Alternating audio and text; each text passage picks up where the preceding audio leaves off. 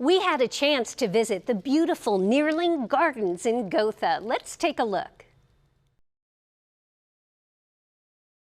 We're standing here today in the pollinator garden at historic Nehrling Gardens. Known as Nehrling's Palm Cottage Gardens. And you'll notice we're standing right next to a wild pollinator box. And you'll notice the different sizes of bamboos and holes. Pollinators are all about finding the holes where they can lay their eggs. So the bigger holes are for your bumblebees, your mason bees, and your carpenter bees.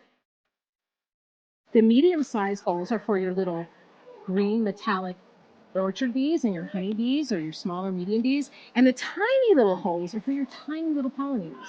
And if you focus the camera, you'll see lots of these little pollinators buzzing around the gardens. They all get their food and their nectar off of Florida native plants, wildflowers. All the plants that you see here in this garden are where they get their nectar.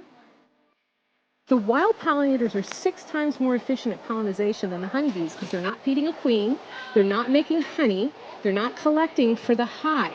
They go around, they collect their pollen, and then they stuff the pollen in the hole, they lay an egg, they cover it, and then they move on to the next plant. So you'll see maybe 6 eggs lined up in one little tube of bamboo.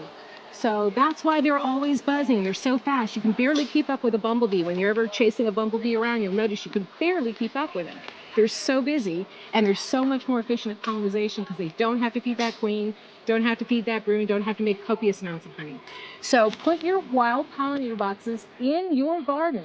Give them the food they need by putting in Florida wildflowers, Florida plants, shrimp plants, milkweed, all these plants, porterweed, all these wonderful plants that you see around that feed your pollinators.